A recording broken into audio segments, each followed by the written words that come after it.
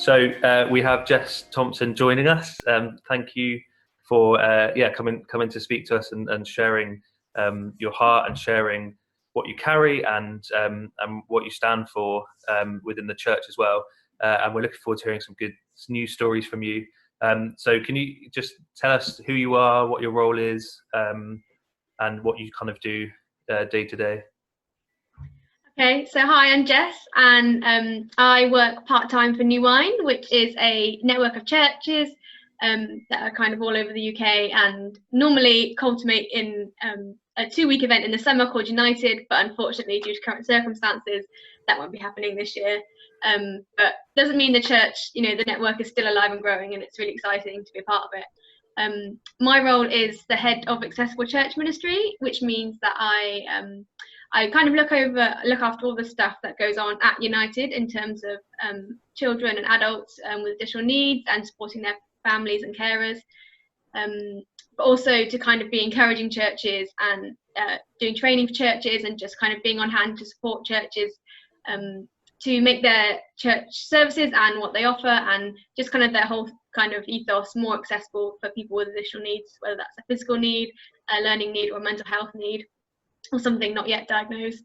And that's really kind of I've grown up kind of within this remit, and it's now amazing that I get to do it with a job. So yeah, it's really cool. Still quite new, but so Jess, what do you feel God's kind of saying to you at the moment, and what are you kind of carrying? So at the moment, I feel like in this whole kind of situation that we've been in, I feel like for me personally, I feel like I've been saying to a lot of people, I'm gonna pray for you. I'll definitely be praying for you, and this isn't to do with Accessible Church necessarily, just in my heart, like, I feel like I'm home loads, I should be reading my Bible, I should be praying loads, I should be worshiping at all the time in the world. Actually, I just felt like not doing any of that, and I guess being out of routine of like getting up and doing my Bible reading and worshipping on the way to work and kind of praying and setting up my day has been out. So that kind of thing. But then I was saying this to a friend the other night and saying like, I've been asked to do these like talks and devotionals and things. I don't want to be dishonest and say like, I'm really inspired right now and I feel really called to prayer and I'm on my knees praying and worshipping the whole time, because actually that's probably not where my heart is. And I definitely needed like a shift in my attitude and change of heart towards that. So anyway, so the next day I was like, right, tomorrow, I'm not going to go on social media so much. I'm not going to, just kind of cut that out, because social media is great, but at the same time, you can spend way too much time on it if you're at home alone a lot. And what happened was I woke up the next morning and looked at the news, my messages, put my phone down, and then kind of tried to go back to sleep and didn't. And then I turned back over and looked at my phone, and the Bible app was literally open on my phone. And I don't remember opening it. I can say hand on heart that I do not remember opening that Bible app. So whether it was the Lord, whether I'd done it like subconsciously, I don't know. But either way, someone was telling me to read my Bible that morning. I did. And the devotional was that came up, I looked at a few weeks ago and thought, no, it's not really the time for that right now. But it was called Finding Your Way Back to God, and it was just really amazing what it said. It was just what I needed to hear about like where we focus our habits and our activities, and that shows where our heart's at. And it was just like, it's kind of in my little miracle story of the week, because actually I think God was just like, duh, I'm right here, like you're so silly sometimes, but I'm still here, I'm still waiting for you to come back. And so it's just been an encouragement, and just decided to take a few days without social media at all, because I felt like that's really good at the moment. There's a lot of good stuff going around on it. Loads of churches obviously doing all their devotionals and their talks through social media, but I just felt like actually I need to hear what God is saying to me through me rather than through someone else. So that's my little encouragement of the week that's happened for me. No, that's awesome, because I've spoken to quite a few people since we've been in lockdown, and the general kind of theme is because people haven't experienced this before, and it's a really difficult kind of time that actually people are finding hope through kind of getting back to basics, to like you say, reading scripture, hearing from God, or asking God what He's saying for them. So for particularly those who struggle with mental health, like, is there anything that you could encourage or advise kind of during this time where people are feeling isolated? Just through your experiences, is there any kind of tips and goal that you can share with us? Yeah, so I think for those people who have struggled to maybe leave the house or get really anxious about going to new places, it's quite a good time to be a part of church in a way, because if you were thinking about going somewhere, or I guess there's now so many churches doing things online that you can probably get a good vibe, or kind of suss out the leadership, or see, if or even see what the building looks like when it's empty. I know last week, we can't now, but last week, they just talked to an empty building.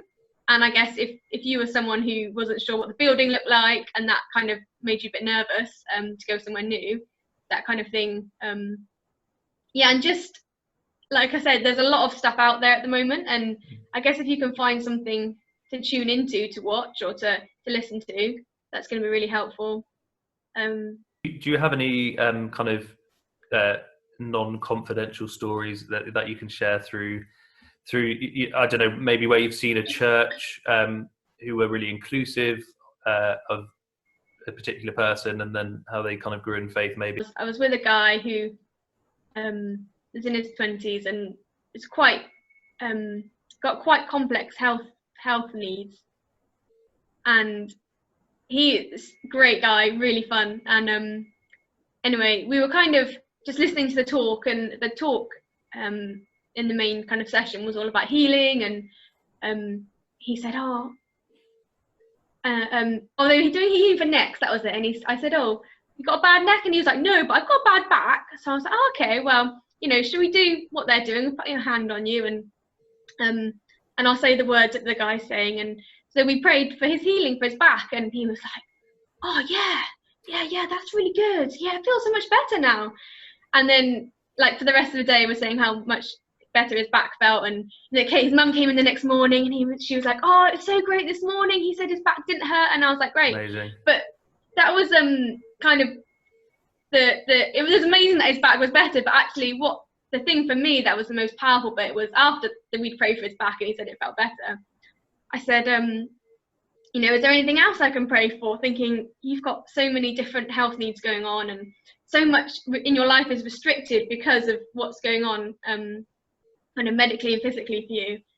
And he just turned to me and he just went, I just want to know Jesus. Come on. And I was like, oh my word. I think that was hands down one of the most humbling moments I've ever experienced, because actually it reminds me, I need to ask what people want prayer for, because I can't just assume that somebody wants healing for their physical ailment or whatever, whatever's going on. Sometimes they do, and that's, we can pray for that. But often, people just want to know Jesus better, or they've just had a really rubbish week and they want prayer for that.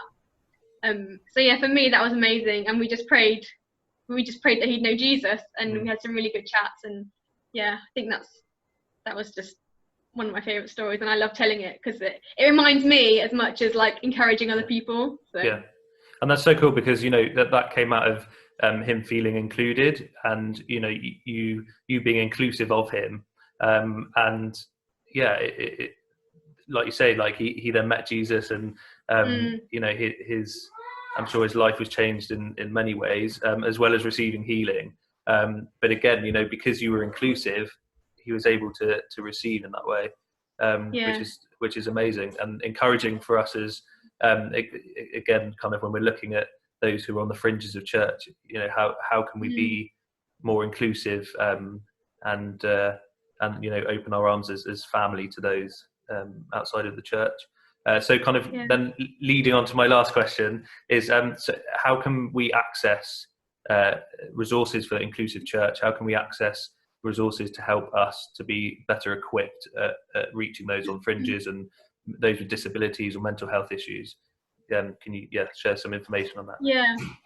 So as I said, I think now is a really great time for people, because there is so much going live stream, and you don't even have to leave your house to be able to access church, and it kind of everyone is on the same playing field. There's no missing out. There's no, oh, everyone else is at church and I'm at home. Actually, we're all at home, and so in that sense, that's quite an exciting time. And I've heard stories of people who have been chronically ill and housebound, and have suddenly been able to access their church community after so many years, and that's really amazing.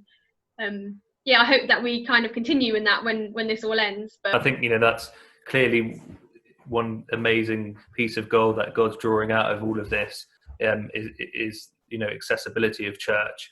Could be, like you say, for those people who struggle to leave the house, or for particular reasons they can't physically get to church, that as we all are at the moment, that actually God's bringing such gold out of this, in showing us how to do church when we're not in locality, or not able to meet in a building, and still be able to connect in with those who can't get there once this is settled down, like you say. So that's really encouraging that this one part of all of this is going to hopefully mean that there's going to be more people included in church and feeling more welcome. So that's awesome. Yeah. And it's great what you do, and thank you so much for your time. And I know this is going to really encourage people, and I'm sure people will be up for speaking to you and maybe emailing you, like you say, come invite you to their church.